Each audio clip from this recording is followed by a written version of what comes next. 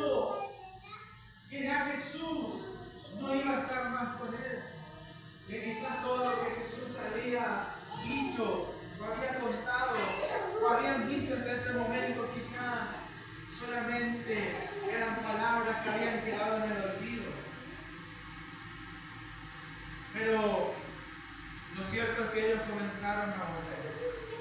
Ya no quisieron estar en Jerusalén. Ya no quisieron estar en aquella ciudad donde estaba el templo, donde ellos adoraban, donde ellos ofrecían sus sacrificios a Dios, donde ellos estaban y escuchaban la palabra de Dios. Comenzaron a volver tristes por aquel camino. Allí, en el camino a Emaús, dice Lucas que el mismo Señor Jesucristo se les acerca y se une en su caminar y comienza a caminar con ellos.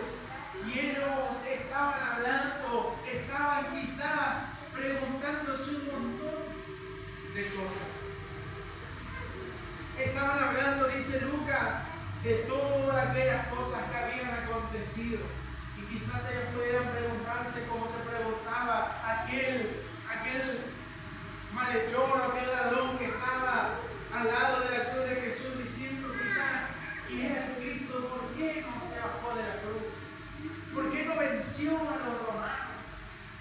¿Por qué no se libertó de la corona de espinas? ¿Por qué? ¿Por qué no tomó poder y dominio sobre sus enemigos si lo estaban condenando injustamente? ¿Por qué permitió que aconteciera todas esas cosas? Lo cierto es que ellos iban hablando, iban discutiendo entre sí. Y Jesús se acerca, comienza a caminar con ellos. La primera pregunta que Jesús le dice es: ¿qué pláticas son estas? ¿De qué están hablando ustedes? ¿Qué conversación están teniendo entre ustedes en este camino a Emaús? ¿Qué es lo que están hablando? ¿Qué es lo que están hablando? Y quizás, hermanos, en nuestro caminar por esta vida, muchas veces, como le decía, nos toca transitar por el camino de Emaús. El camino de Emaús muchas veces simboliza la tristeza, el camino de la tristeza, de la desesperanza, porque ellos se iban por ese camino tristes, sin esperanza, pensando que ya todo se había terminado, y Jesús se acerca y le dice: ¿de qué están hablando? Y muchas veces, hermanos, o reiteradas veces, Jesús está a nuestro lado en nuestro caminar y nos hace la misma pregunta: ¿de qué están hablando? ¿De qué están hablando? Y la mayoría de nuestras conversaciones en nuestro caminar, hermanos, sin duda que muchas veces son de mis propios problemas. Estoy hablando con otra persona de lo que me está pasando. Estoy hablando de la persona con otra persona de mi familia, de mi trabajo, de los deportes que me gusta hacer, de las series que me gusta mirar. Muchas veces del clima, muchas veces de otras personas. Pero comenzamos a hablar, entablamos conversaciones en nuestro caminar una y otra vez. Jesús se acerca a ellos y le pregunta: ¿de qué están hablando? ¿Qué pláticas son estas que tenéis entre vosotros mientras camináis? ¿Y por qué están tristes? ¿Por qué están tristes? ¿Qué conversaciones están teniendo y por qué están tristes? Y sin duda, hermanos, que muchas veces nosotros sonreímos frente a los demás, pero por dentro estamos llorando y estamos destruidos. ¿Les pasó alguna vez o no? Que estaban tristes, que estaban llorando, pero estaban sonriendo por fuera. Y muchas veces, hermanos, el Señor se acerca a nosotros y nos pregunta, ¿de qué estás hablando? ¿Por qué estás triste? ¿Por qué? ¿Por qué estamos tristes, hermanos, cuando nosotros hablamos entre nosotros muchas veces? ¿Por qué estamos tristes cuando hablamos de lo que está aconteciendo en nuestra vida? Como si fuera que Jesús ya no está con nosotros. Como si fuera que Jesús nos mintió en cada una de sus palabras y de sus promesas. Muchas veces, hermanos, estamos transitando por el camino de la tristeza y de la desesperanza. Muchas veces, quizás nos toca fingir que estamos felices, que estamos llenos de gozo, sonreímos por fuera, pero por dentro estamos llorando. Quizás los que están a nuestro alrededor no se dan cuenta. Quizás ni siquiera les llama la atención nuestra mirada o nuestro caminar. Pero hermanos, es hermoso saber que el Señor conoce nuestro corazón. Que el Señor no solamente puede ver nuestro rostro en esta noche, sino que el Señor en esta noche puede ver tu corazón. Puede ver tu corazón. Cuando Jesús les pregunta a los discípulos o nos pregunta a nosotros, ¿qué cosas son estas? ¿Qué es lo que ustedes están hablando? ¿Qué es lo que ustedes están pensando? No es porque Él no conoce lo que hay en tu corazón, no es porque Él no conoce lo que estás hablando o lo que estás pasando, sino porque Él está interesado y Él quiere que puedas revelar tu corazón por completo para decirle y darle una respuesta sincera a lo que Él te está preguntando. Jesús no quiere que nosotros le andemos con vuelta, hermanos. Y es algo que nosotros debemos entender. Hay veces que nosotros estamos tristes, que estamos cansados, que estamos agobiados, que estamos molestos, pero le damos vueltas a Dios para no decirle lo que estamos sintiendo, para no decirle al Señor, estoy triste, no encuentro la esperanza, no sé qué voy a hacer, tengo envidia de los que están afuera, porque prosperan y yo no prospero, tengo envidia por el que tiene trabajo y yo no lo tengo, y estamos dándole vuelta al Señor, hermanos. Pero Dios conoce nuestro corazón y nos pregunta muchas veces, ¿qué son esas cosas que ustedes están pensando? ¿Qué cosas están hablando? No porque Él no lo sepa, sino porque Él está interesado en ayudarnos. ¿Ustedes creen que Jesús no conocía el corazón? Y las prácticas, dice, o las conversaciones que todos los discípulos llevaban, claro que las conocía. Claro que las conocía. Porque Él conoce nuestro corazón. Y todos los discípulos se dicen, estamos hablando acerca de Jesús, Nazareno, que fue un profeta. Y sin duda, ellos sabían que Jesucristo era mucho más que un profeta. Y ellos les dicen, nosotros esperábamos que Él era el que iba a redimir a Israel. Así que ellos sabían quién era Jesús, que además de ser un profeta, además de ser alguien con quien estaba la mano de Dios, ellos esperaban algo más de Jesús. Ellos esperaban que Él iba a ser el que iba a redimirle a ellos del yugo opresor de Roma. Pero como no lo encontraron, ellos decidieron quizás volver a Emaús. Comenzaron a estar tristes, porque aquel Jesús que ellos habían idealizado y habían esperado, no lo encontraron. Aquel Jesús que ellos esperaban que los iba a redimir del yugo opresor de Roma, no fue el Jesús que se mostró en la tierra o delante de sus ojos.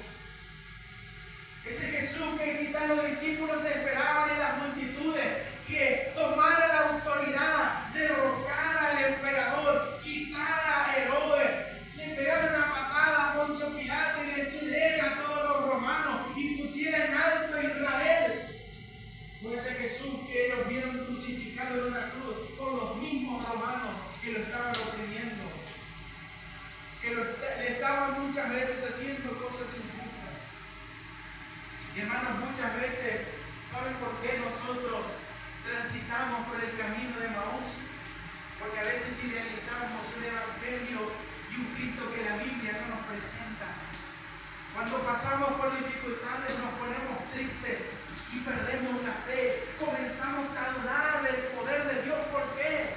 Porque hemos creído que como cristianos, que como discípulos del Señor no vamos a pasar por momentos difíciles. ¿Saben por qué la gente se va de la iglesia? Porque viene a buscar algo y no lo encuentra. Y a veces la gente, quizás muchas veces, viene a buscar amigos, viene a buscar la solución a todos sus problemas, la sanidad a sus enfermedades, viene muchas veces a buscar tantas respuestas y que a veces no las encuentra. ¿Por qué? Porque muchas veces idealizamos un Jesús que la Biblia no nos ha hablado. Hermanos, sin duda que Jesucristo sana a los enfermos. Pero muchas veces, hermanos, el Señor va a permitir que padezcamos por esa enfermedad a lo largo de toda nuestra vida. Pablo decía que había clamado al Señor para que le quitara aquel aguijón que tenía. Pero que Dios le respondió y le dijo: bástate mi gracia, bástate mi gracia. Y aquellos habían regresado, estaban regresando por aquel camino de Emaús, tristes y sin esperanza. Ya no había más esperanza. Le habían hablado y le dijeron a aquellas mujeres: Jesús ya no está más en la tumba. Pedro fue corriendo y dijo: allí los lienzos. Aquellas mujeres le dijeron: vimos a dos varones en la tumba y nos dijeron que Jesús vive.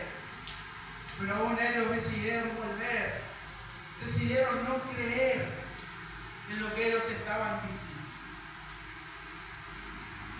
Así que ellos le dijeron a Jesús en aquel momento que caminaba a su lado: nosotros esperábamos que iban a redimir a Israel. Y fíjense lo que ellos le dicen: además de todo esto, hoy ya es el tercer día de que esto aconteció. Ya se cumplió el tercer día y Jesús ni apareció a nuestro lado. Jesús no está. No está. Nos mintió. Ya no está más. Capaz que tienen razón, hermanos. Alguien robó el cuerpo. La tumba está vacía al tercer día. Pero Jesús no apareció. Jesús no está. No le vimos con nuestros ojos. No le vimos. Así que Jesús había anunciado muchas veces en los evangelios a lo largo de su caminar que Él iba a resucitar al tercer día. Lucas no nos da la razón de por qué ellos no habían visto a Jesús. Solamente nos dice que sus ojos habían sido velados. Habían sido velados. Y muchas veces, hermanos, en nuestro caminar como cristianos, no vemos a Jesús que está a nuestro lado. No vemos.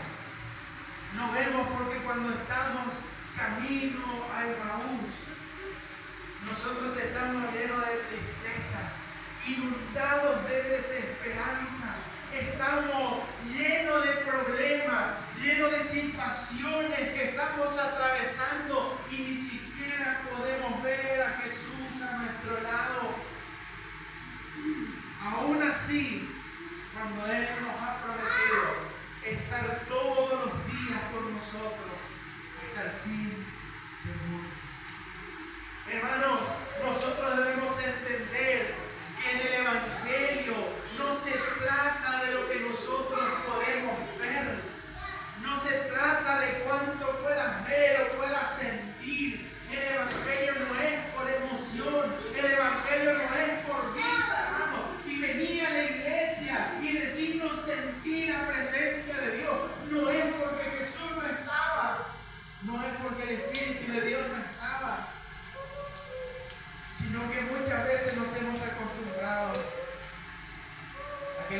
serio es que debemos sentir un calor, debemos sentir un temblor, debemos sentir, no sé, que alguien nos levanta.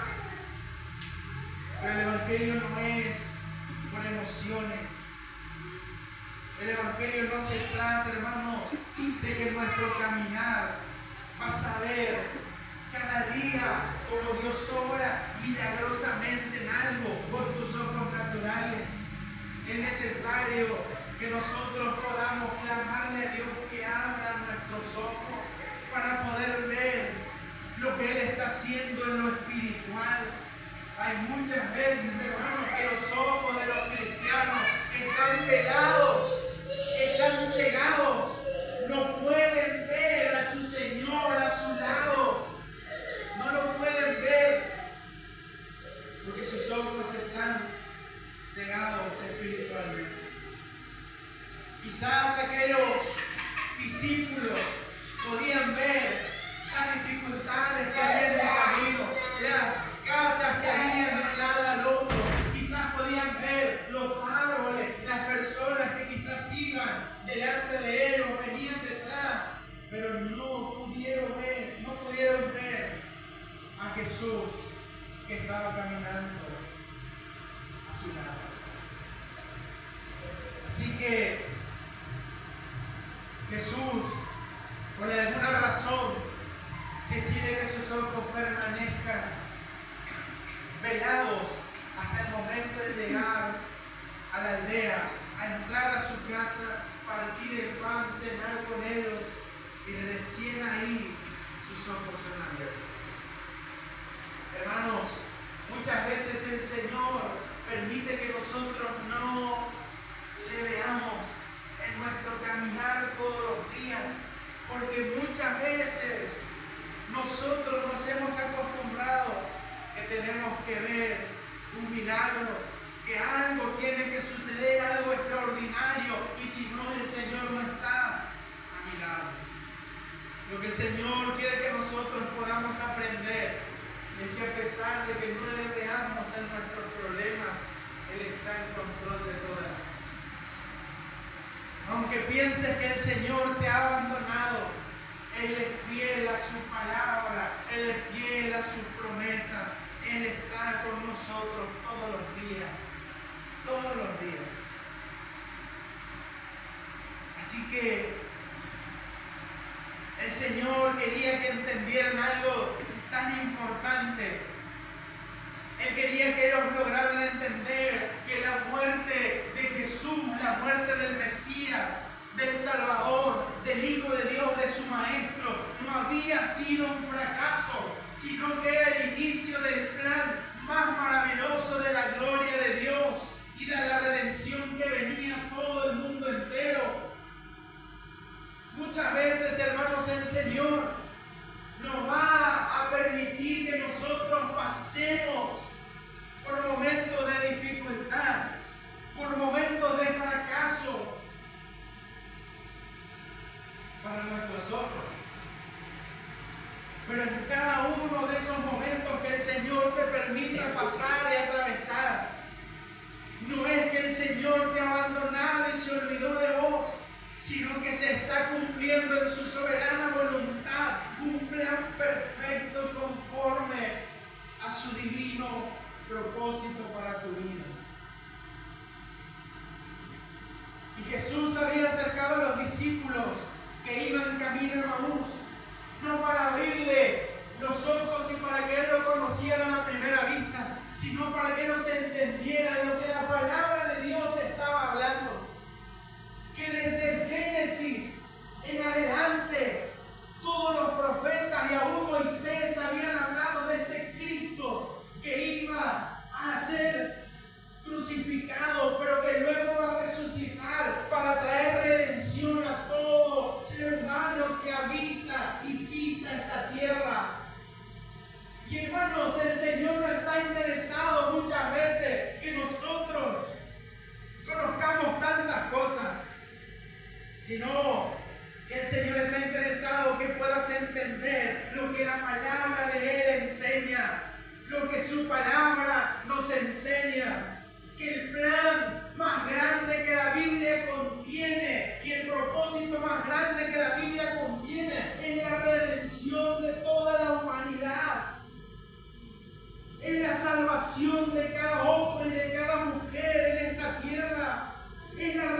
reconciliación de Dios nuevamente con el hombre. Y Jesús quería que los discípulos entendieran que Él sí murió, que ellos no lo veían naturalmente, que sí había sido puesto en una tumba, que él así habían pasado los 3 días. Pero Jesús, antes de que sus ojos sean abiertos, quería que ellos entendieran que era necesario que Jesús atravesara cada una de esas situaciones para que la palabra de Dios sea cumplida. Para que la palabra de Dios sea cumplida. Así que Jesús se tomó tiempo a lo largo de todo el caminar de estos dos discípulos de enseñarle lo que la palabra de Dios decía, de revelarle lo que la palabra de Dios decía acerca del Hijo de Dios, acerca de Jesucristo. Hermanos, el Señor está interesado a lo largo de tu caminar en esta tierra, que puedas aprender más de Él, que puedas entender cuál es el Cristo que la Biblia presenta, el verdadero Jesucristo, porque hoy vendemos mucho Jesús, Jesús que prospera, Jesús que sana, Jesús que levanta a los muertos, Jesús que levanta a los paralíticos, Jesús que nos provee todas las cosas. Pero no enseñamos el Jesús de los padecimientos, el Jesús que es necesario que padezca y que muchas veces nosotros podamos ser partícipes de su padecimiento para ver su gloria. Estamos acostumbrados a enseñar que somos participantes de la gloria de Dios y a todos nos gusta ser participantes de la gloria de Dios, herederos del reino de los cielos, pero muchos de nosotros no somos capaces de ser partícipes de lo que la misma Biblia enseña y que Pablo dijo, en ser parte de los padecimientos de Cristo.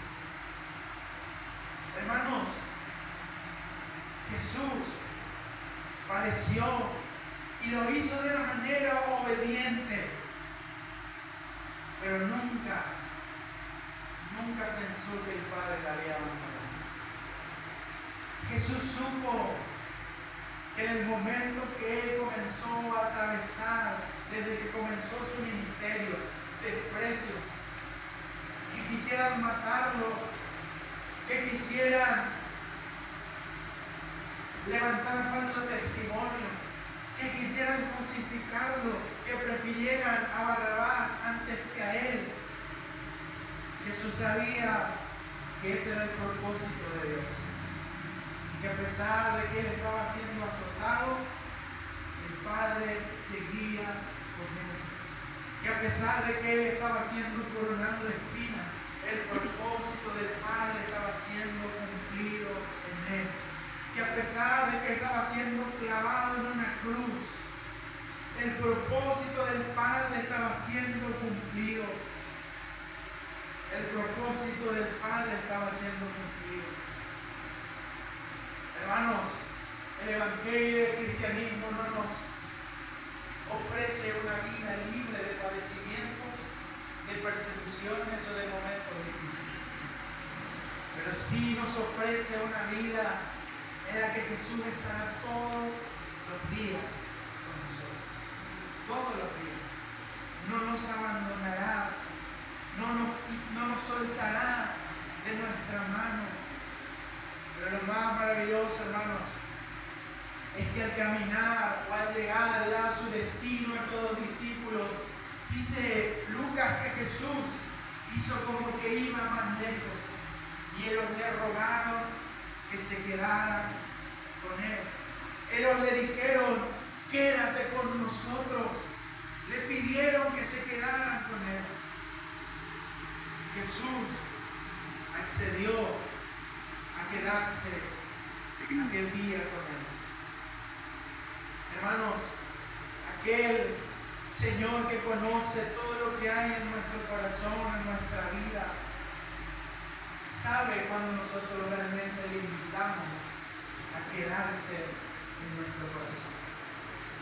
Jesús sabe cuando verdaderamente nosotros de lo más profundo de nuestro ser, de lo más profundo de nuestro corazón le rogamos: Señor, quédate con nosotros, transforma mi vida, cambia mi vida, cambia mi vida.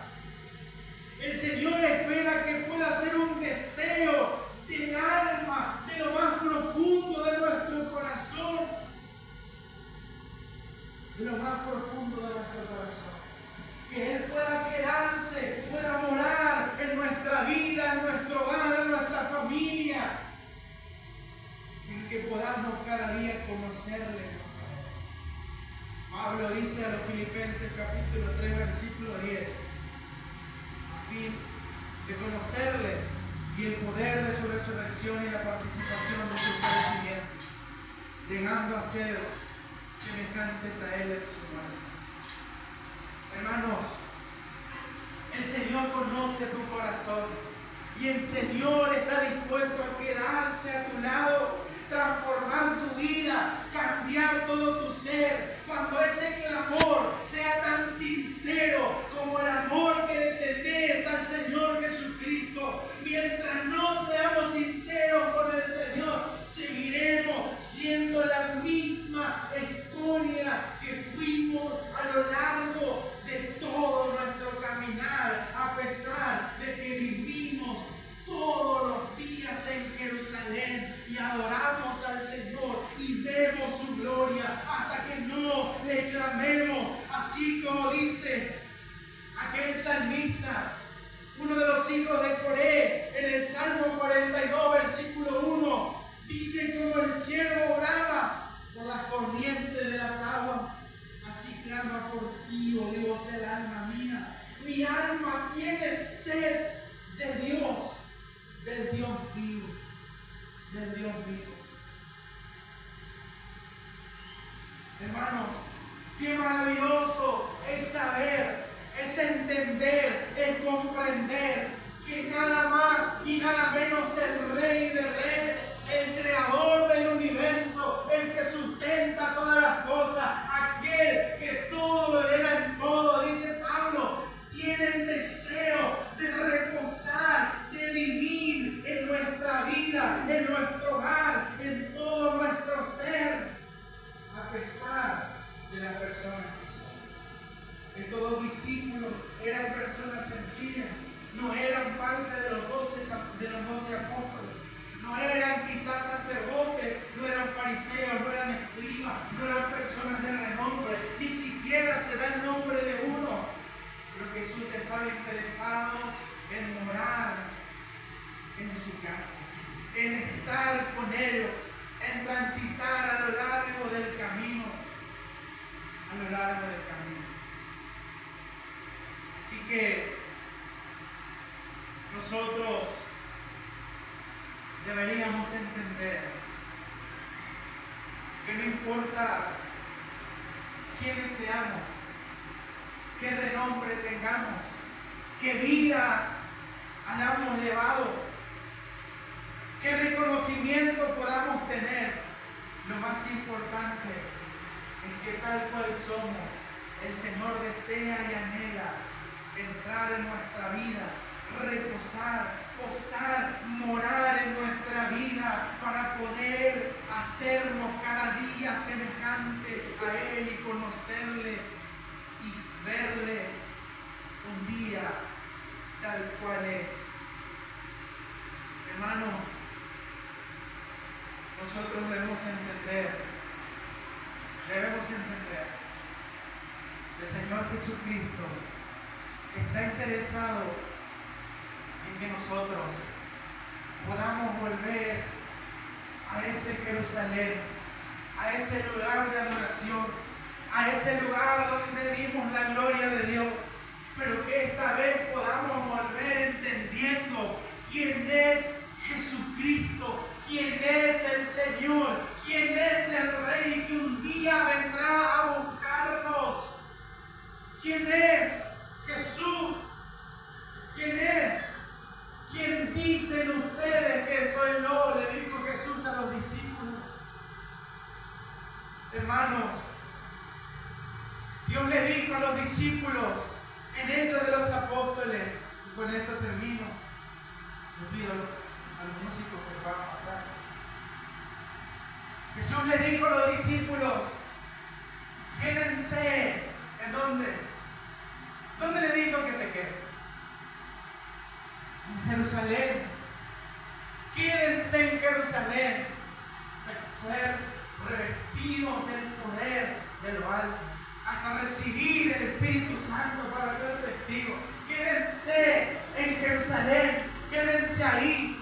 Y hermanos, muchas veces la iglesia de esta generación, nosotros los cristianos de esta generación, clamamos por un avivamiento, clamamos por la gloria de Dios, clamamos para que el Señor venga a buscarnos.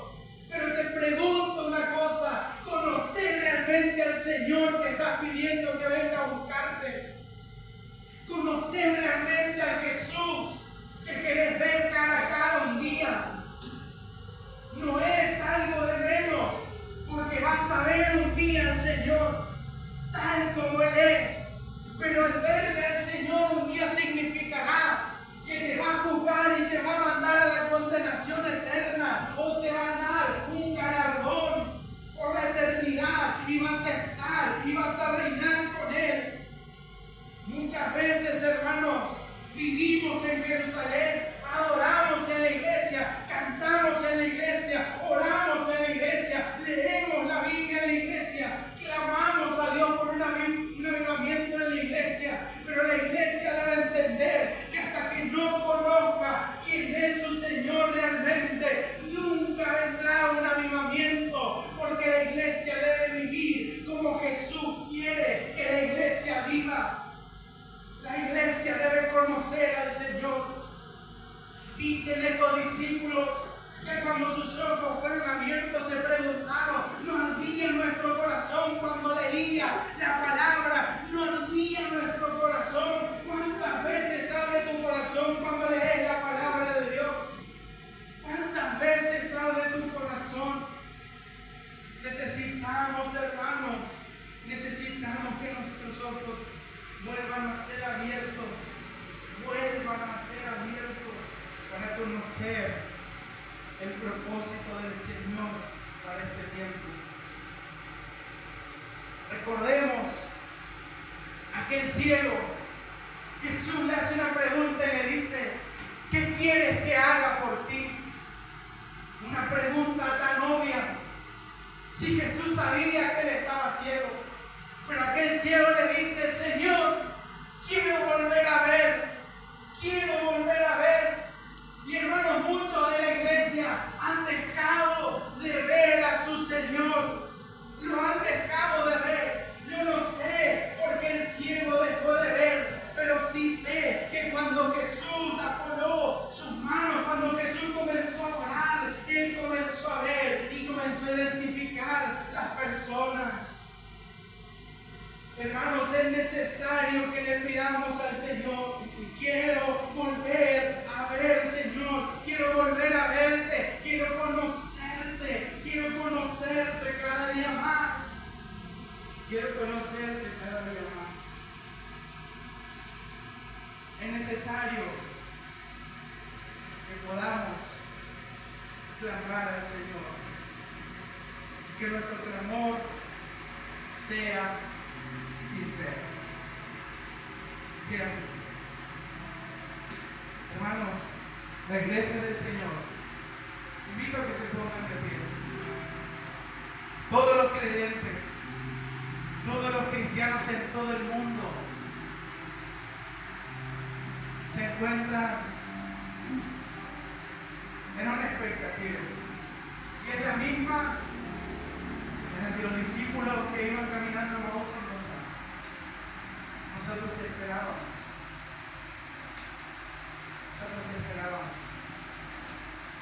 Hoy, la iglesia, hermanos, en todo el mundo se encuentra con aquella expectativa. Lo bueno, hermanos, es que nosotros no esperábamos. Nosotros esperamos a Jesús. Nosotros esperamos a nuestro Señor que vendrá a buscar. Quizás miramos a nuestro alrededor y vemos la indiferencia hacia las cosas eternas, sagradas, hacia Dios.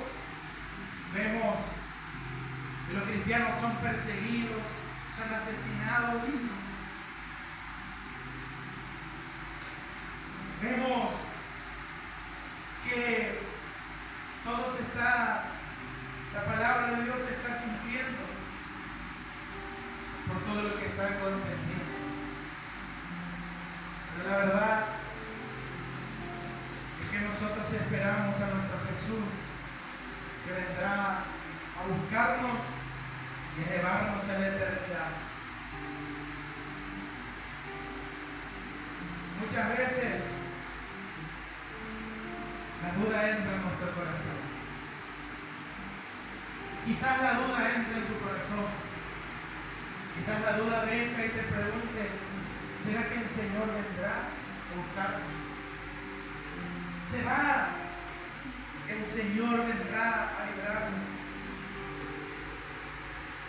Lo cierto, hermanos, es que debemos esperar al Señor hasta el último segundo de nuestra vida. Porque dice la palabra del Señor, que la venida del Señor será en un abrir y cerrar. Será en un abrir y cerrar de ojos. Hermanos, aunque no veas al Señor con tus ojos naturales, debes saber que Él está todos los días contigo. Todos los días contigo. Todos los días. Cada vez que vamos a la intimidad con el Señor y escuchamos su voz, cada vez que estudiamos su palabra, una transformación progresiva produce en nuestro corazón, se produce en nuestro corazón. Así que hay algo tan maravilloso que dijeron los discípulos, que es algo que debe acontecer cada día que entramos en oración, cada día que lees la palabra de Dios, cada día que haces un servicio al Señor. Los discípulos dijeron, no ardía nuestro corazón, no ardía nuestro corazón, debe arder todos los días por el Señor, todos los días por el Señor. Fíjense, es notable ver que ese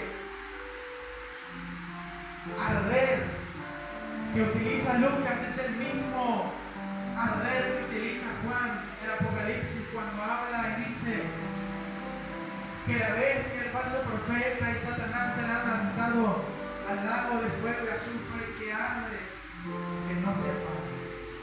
El corazón del Hijo de Dios debe arder y ese amor por su Señor jamás se debe extinguir, jamás se debe apagar. Y si quizás en esta noche encontrás que tu corazón no está ardiendo, déjame decirte, clamá al Señor con un clamor sincero y decirle, Señor, quédate conmigo a morar en el Espíritu